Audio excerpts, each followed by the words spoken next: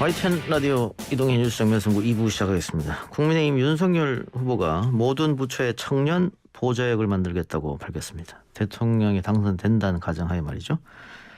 자, 2030 청년표 공략에 대한 구상 어떨까요? 이분에게서 나온 것 같기도 한데요. 장해찬 전 국민의힘 윤석열 경선 캠프 청년 특보 스튜디오에 모셨습니다. 안녕하십니까? 안녕하세요, 장해찬입니다.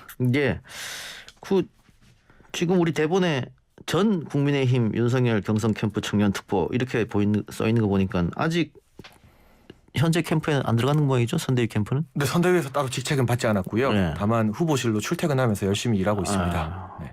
안 줍니까? 아니, 일이 너무 바빠서 직책에 대해서 생각할 겨를이 없습니다, 요새. 네. 그래요. 후보가 장 평론가를 굉장히 신뢰한다 이런 이야기가 여의도 바닥에 돌아다니는데. 뭐 감사한 이야기인 것 같고요. 혼도 예. 많이 나고 열심히 하고 있습니다. 그래요. 어제 네. 청년위원회 출범식이 있었는데 이게 언론 보도를 보니까 장해찬 평론가가 주도했다 이렇게 나왔던데. 아니, 제가 주도라는 표현을 쓰기는 좀 그렇고요. 실무적으로 보좌하는 역할을 좀 한 거고요. 다양성과 전문성에 초점을 맞춰서 그동안 정치권에서 좀 보기 힘든 자신만의 어떤 상징성이나 전문성이 있는 다양한 청년들, 뭐 탈북자, 또 사할린 강제동포 이주자의 외손녀, 예. 뭐 힙합 페스티벌 제작자, 친환경 스타트업 대표 등등 이런 기존 정치권에 없는 참신한 인물들 좀 불러서 요즘 이야기 진짜 듣고 싶어서 그런 예. 분들 좀 모으는 그런 예. 역할에 실무적인 작은 도움을 줬을 뿐입니다. 자, 지금 40, 50 세대는 압도적으로 이재명 후보를 지지하고 60 이상 세대는 압도적으로 윤석열 후보를 지지하는 모양새입니다. 40은 압도적이지만 50은 비등비등하다고 말하고 싶습니다. 제가 왜 이런 말 들으냐면 20, 30 같이 묶으려고. 왜냐하면 30도 비등비등하거든요. 그래서 2030만 따로 놓고 봤을 때는 지난 재보궐 물론 뭐 2017년 대통령 선거 때는 문재인 후보를 압도적으로 밀었을 그랬었죠. 때 네. 재보궐 선거 때 그 세대가 오세훈, 박형준을 밀었단 말이에요. 맞아요. 그리고 홍준표를 밀었고. 맞아요. 근데 지금 그 사람들이 윤석열한테 다 가지 않는다. 그게 좀 고민일 것 같아요. 그러니까 상대적으로는 여전히 양자 대결이나 다자 대결, 뭐 특정 조사 아니라 여러 조사에서 오늘 또 발표된 YTN 리얼미터 조사 표본도 예. 참 많고 좋잖아요. 예. 인용하면 될 것 같은데 2030 세대 역시 윤석열 후보가 이재명 후보보다는 우위에 있죠. 그런데 압도적인 우위 그리고 대선 날 이 우위를 그대로 굳히기 위해서 끊임없이 노력하고 더 많은 2030들과 소통해야 된다고 생각합니다. 예. 홍준표 후보에 몰표를 줬던 분들이 왜 오지 않을까? 이런 생각 안 해보셨나요? 그러니까 정권 교체 대의에 동의하고 또 윤석열 후보에게 마음을 여는 분들도 적지 않고요. 왜냐하면 우리가 여론조사라는 데이터를 보고 이야기해야 되니까. 그런데 그 부분을 조금 더 많이 끌어안고 받아들이기 위한 과정에서 노력이 당연히 필요한 거잖아요. 그 노력의 과정 속에서 단순히 지지율만 올리는 게 문제가 아니라 진짜 2030들을 다음 정부 국정 운영의 파트너로 삼겠다는 기조를 어떻게 보여줄 것인지, 그리고 친근한 이미지나 이 탁현민 비서관 잘하는 그런 쇼 이벤트보다는 정말 삶에 와닿는 정책이나 공약으로 2030의 마음을 얼마나 통쾌하게 할 것인지 그런 부분이 남은 100일 동안 관건이라고 생각합니다. 꼰대 이미지가 아직도 남아 있는 것 같은데. 글쎄요, 저는 그렇게 생각하지 않고요. 최근에 이제 윤석열 후보 청년 행사하면 제가 같이 갈 때도 있고 아니면은 이제 행사를 도와드리고 뭐 서울에서 지켜보고 이럴 때도 있고 오늘도 대전에서 청년들과 이 토크 콘서트를 가졌었는데 예. 굉장히 청년들과 자유롭게 즉석에서 질문받고 대화하고 이야기 듣고 하는 것을 좋아하고 재밌어한다는 느낌을 제가 옆에서 많이 받기 때문에 그런 부분들이 이제 대선 기간 동안 소통의 접점이 더 늘어나지 않겠습니까? 경선 때보다 상대적으로. 그렇게 되면 많이 또 이 청년들이 윤석열 후보를 바라보는 인식 개선될 거라고 생각합니다. 오늘 대전의 청년들과의 만남은 질문지가 사전에 조금 주고받았습니까? 아니면 즉석에서 청년들이 그냥 질문한 건가요? 일단 제가 그 행사에 가지 않았잖아요. 예. 갔으면 제가 여기 못 왔겠죠. 예. 그러니까 일부 실무적인 부분을 제가 도와드렸을 예. 뿐이지 전체적인 부분은 또 우리 청년 세대의 특징이 권한을 위임하는 거 아니겠어요? 예. 대전에 청년 행사를 준비하는 분들께 잘 부탁드린다 위임했을 뿐이고 제가 알기로는 사전 질문이나 이런 게 윤석열 후보에게 전달된 것은 없다고 알고 있습니다. 없었다. 네. 제가 왜 이런 질문 드리냐면 오늘 윤석열 후보가 대전에서 대학생들 만났는데 질문이 추억의 맛집은, 좋아하는 음악은, 대학교 다닐 때 학점은, 대학교 법학과 진로 추억은, 민첩파인지 찍먹인지 부먹인지, 집값을 어떻게 잡을 것인지, 정책에 대해서는 집값 이거 하나 있었고요. 근데 오늘 이재명 후보가 조선대학교에서 받은 질문은 지방대학교 위기, 전기차 보조금, 청년정책, 코로나19 예산 삭감, 교원과 공무원의 정치적 중립성, 차별금지법 이런 거였거든요. 질문이 너무 차이가 난다. 그래서 혹시 이거를 사전에 조율을 했다면은 윤석열 후보가 대답하기 어려운 건 빼지 않았냐 이런 의혹이 있을까 질문 드려봤어요. 보세요. 지난 윤석열 후보가 경선 과정에서 안동대 가지 않았습니까? 예. 근데 그 당시 안동대 학생들과 아무 사전 조율 없이 대화를 주고받고 질문을 주고받는 과정에서 지방대 강화라던가 뭐 경제 회복 계획이라던가 그리고 또 코로나19 상황에서 이 대학 신입생들이 느끼는 어떤 답답함 등에 대해서 자유롭게 질문을 받았습니다. 근데 그 과정에서 뭐 언론에서 논란을 삼은 발언들도 나왔죠. 예. 만약 사전 조율을 하고 검수를 한다면 그런 질문도 그때 넣었겠습니까? 또 최근에 이준석 대표와 함께 서울대에 동행해서 거의 2시간가량 또 사전 전혀 네. 대본 없이 이 학생들, 서울대 학생들이 질문을 받는 걸 모두 다 언론에 공개를 했습니다. 실시간 중계로. 그때도 굉장히 날카로운 정책 질문이나 정치 질문들이 많이 나왔거든요. 또 오늘 대전 토크쇼 같은 경우는 컨셉 자체를 조금 편안한 이제 청년들과 이 여러 감성적인 부분으로 소통하는 걸로 기획하는 측에서 잡았던 모양이에요. 그러다 보니까 그쪽으로 갔고 나머지 정책 질문들이 뒷부분에 나왔지만 시간 관계상 조금 더 부족했던 것이지 그런 식으로 진행을 했다면 이제까지 서울대 학생들과의 뭐 캠퍼스 지부 2시간 만남이나 안동대에서의 만남 그리고 어제도 있었지만 행사가 정책 뭐 토론회 이런 부분에 있어서 날카로운 정책 질문도 다 못하게 했었겠죠. 전혀 그렇지 않습니다. 사전에 주고받은 건 아니다. 알겠습니다. 근데 어제 출범식에 이준석 대표나 또 김용태 청년 최고가 보이지 않았다. 그래서 뭐 이준석 패싱 이런 얘기가 나오던데요. 그리고 뭐 충청 방문을 이 대표가 몰랐다든가 뭐 이런 얘기. 이런 건 어떻게 생각하십니까? 그 사실 이 대선 후보 일정 관련해서 어제 충청 방문 일정 같은 경우는 후보실 일정팀에서 기획 단계 나올 때부터 이 당 대표실과 협의를 했었고요. 다만 이 같은 일정 같은 게 뭐 사전에 미리 좀 정해지면 좋겠습니다만 대선 일정이라는 게 또 그때그때 긴박하게 바뀌는 부분도 있지 않겠습니까? 예.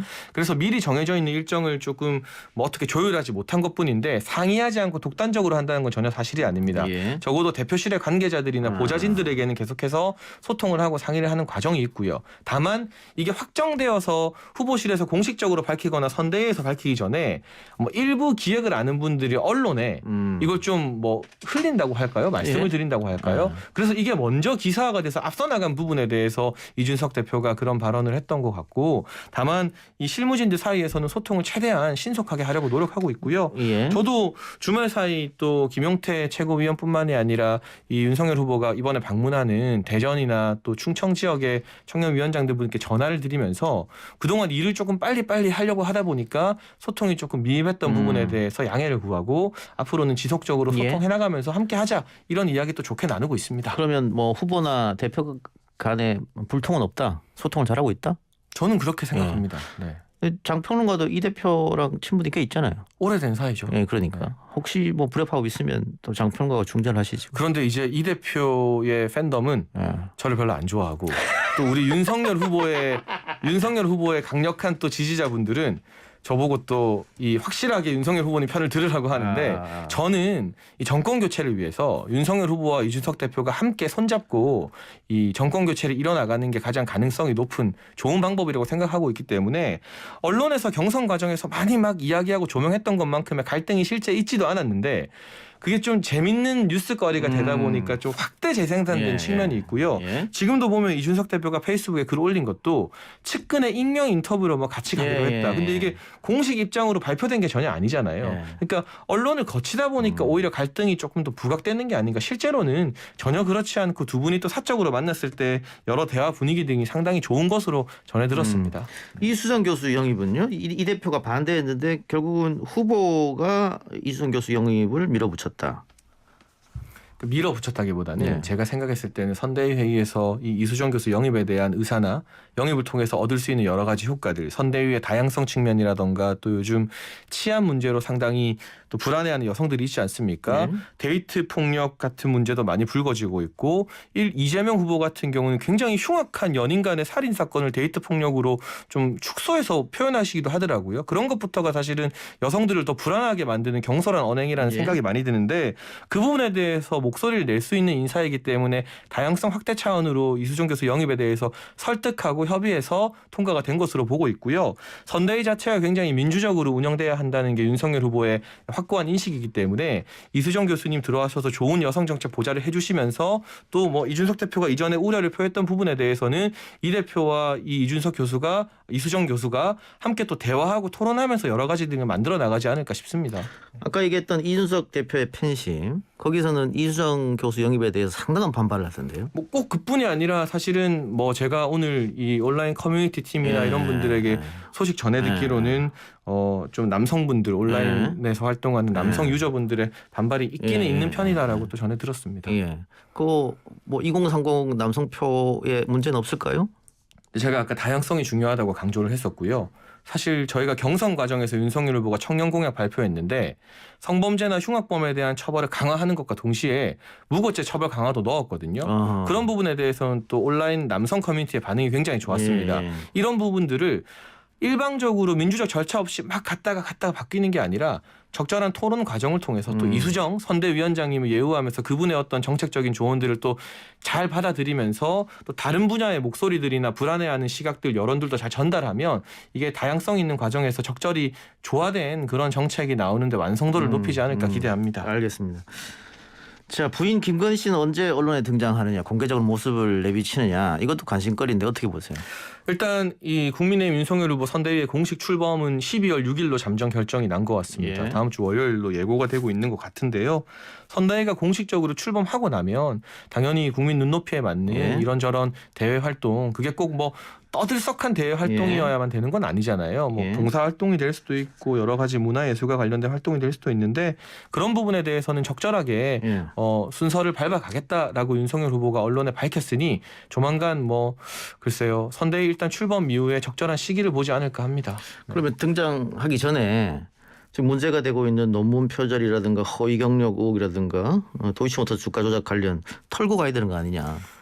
저는 지금 검찰이 수사하는 부분에 대해서 2년이나 가까이 수사를 했는데 어떤 뭐 영장이나 다른 사람들 뭐 이런 부분에 참고인으로 이름 하나 기재를 못하고 있으면 탈탈 털면서 괴롭히고 있는데 나올 게 없기 때문에 이 이름 하나 적시하지 못하는 게 아닌가 하는 생각을 해서 이 수사가 무리하게 길어지면 길어질수록 이 관건 선거다. 검찰이 지금 야당 후보 배우자를 핍박하는 것이다라는 여론이 더욱더 커질 가능성이 있다고 보고 있고요. 뭐 이 일부 경력에서 오타나 오기가 있었던 부분들 같은 경우는 사실은 대학에서 교수를 임용하거나 강사를 임용할 때 그것만 보고 임용하는 것이 아니라 그 밑에 어떤 실제 이 사실관계 확인 절차를 거칩니다. 충분한 검증을 거치는데 그 과정에서 한두 글자의 오기나 오타가 큰 문제가 되지 않았기 때문에 대학의 어떤 검증 과정을 거치지 않았겠는가. 이 부분이 결정적인 어떤 뭐 허위 경력이다 이렇게 볼 수 있을 만한 사안은 아닐 수도 있다. 조금 뭐 각 대학이나 이런 곳에서 뭐 별도의 입장을 또 밝히지 않겠습니까? 필요하다면. 그 김건희 씨 허위 경력에 대해서 일부 오타나 오기라고 하면 이건 또 내로남불 논란에 휩싸이지 않을까요? 조국 교수한테 했던 거 생각해서. 그러니까 제가 정확하게 사실 그 부분에 대해서는 파악을 못하고 있는 부분인데요. 아예 없는 표창장을 만들어서 직인을 위조했다거나 허위 인턴 하지도 않은 인턴에 대해서 뭐 크리스마스에 손님들에게 감동을 주는 이벤트를 기획했다. 이런 인턴 증명서를 조국 전 장관이 작성한 것으로 정경심 교수 2심 재판문에는 명시가 되어 있는데 그것과는 조금 다른 사안이지 않을까. 이 부분에 대해서 해당 이 이력서를 받았던 대학 측에서 우선 또 입장을 밝히고 사실관계를 확인해 주는 게 필요하다고 생각을 합니다. 글쎄요. 지금 허위 경력 의혹이 4개에서 5개가 나오고 있는데 이것을 오타 오기라고 하고 이게 짚고 넘어가지 않는다면 저는 분명히 내로남불에 빠질 가능성도 있다. 또 장평론가가 그동안 페이스북에 등등을 방송을 통해서 이 민주당의 내로남불을 강하게 비판했기 때문에 또 국민의힘의 다른 의원들도 이 부분이 사실이라면 털고 가야 되는 게 맞다라고 얘기하고 있거든요. 그 부분은 그럼 조금 더. 그러니까 제가 사실관계를 단정지어서 이게 문제가 없을 것이다라고 말씀드린 게 아니라 일부 뭐 오타 오기인 영역도 있는 것이고 나머지 또 의혹에 대해서는 그 이력서를 받았던 대학에서 먼저 검증하거나 입장을 밝히는 그런 절차들 진행되는 것을 보면서 국민 정서에 맞게 당연히 판단해야 될 사안이라고 생각을 합니다. 알겠습니다. 끝으로 하나만 더 여쭤보죠. 장제원 의원이 백의종군 하겠다. 아무런 직책도 맡지 않겠다. 후보 옆에 가지 않겠다 하면서 마지막에 글을 후보가 주도가 돼서 정권을 갖고 하십시오 이런 글을 남겼었는데 최근에 뭐 권경의 변호사라든가 진중권 전 교수 등등이 굉장히 비판하면서 뭐 장순실이다. 문고리 3인방이다. 언론에는 또 옆에 없다고 하더니 회의하는 게 뭐 포착됐다 이런 글도 나오는데 좀 어떻게 보세요? 사실 확인이 일단은 좀 안 된 사안인 것 같고요. 저는 장제원 의원이 이 백의종군 결단을 하고 또 선대위에서 나경원 전 의원이나 김태호 의원이나 소위 이런 중량감 있는 인사들이 백의종군 결단을 먼저 한 게 이재명 캠프에서 선대위 꾸려서 먼저 한창 이 북치고 장구치고 하다가 안 되니까 뒤늦게 마지못해 백의종군 하는 것보다는 훨씬 더 앞서가는 긍정적인 흐름을 국민의힘에서는 보여주고 있다고 평가하기 때문에 그 결단 그대로 국민들에게 저는 평가를 받을 것이라고 것이다. 생각합니다. 예. 자, 이제 선거 100일 남았는데 100일 남은 이 선거 기간 앞으로 해야 할 과제 또 이야기해 주시고 또 뭐 오랜만에 출연하셨으니까 또 윤 후보 좀 지지해달라고 우리 청취자분들한테 지지의 말 한마디 한 해주시기 2주 된 것 같은데 청년 이야기 할 줄 다 알고 나왔는데 너무 날카로운 질문을 많이 하셔서 근데 저는 남은 100일에 윤석열 후보 직속 이 위원회 2개의 위원회 이름에 답이 있다고 생각을 합니다. 예. 우선 약자와의 동행위원회가 있거든요. 예. 약자와 동행하는 모습 그리고 이 사회의 약자들을 국민의힘이 이 중도적이고 합리적인 보수의 방법으로 껴안는 모습을 많이 보여주는 게 첫 번째 과제라고 생각을 하고요. 예. 두 번째 후보 직속위원회가 내일을 생각하는 청년위원회입니다. 예. 지금 당장 뭐 국민들에게 잘 보이기 위해서 미래 세대의 어떤 미래 재산을 다 갉아먹으면서 빚내서 빚잔치 하는 것이 아니라 내일을 생각하면서 청년들과 함께하는 모습을 보여주는 것 후보 직속위원회 2개의 이름에 남은 대선 100일의 키가 담겨있다 생각하고 윤석열 후보가 무엇보다 약자와의 동행 그리고 내일을 생각하는 청년들을 직접 챙기겠다는 의지가 그만큼 강한 것이기 때문에 그 부분이 대선 100일 동안 우리 청취자 여러분들 국민분들께 잘 전달되었으면 좋겠습니다. 알겠습니다. 우리 제작진은 왜 다 서 있어요? 뭐 불편하세요? 아, 그래요. 불편한 질문을 많이 하셔서 그런 거 아닐까요? 오늘 어쨌든 출연 고맙습니다. 지금까지 장해찬 전 국민의힘 윤석열 경선 캠프 청년 특보였습니다. 감사합니다.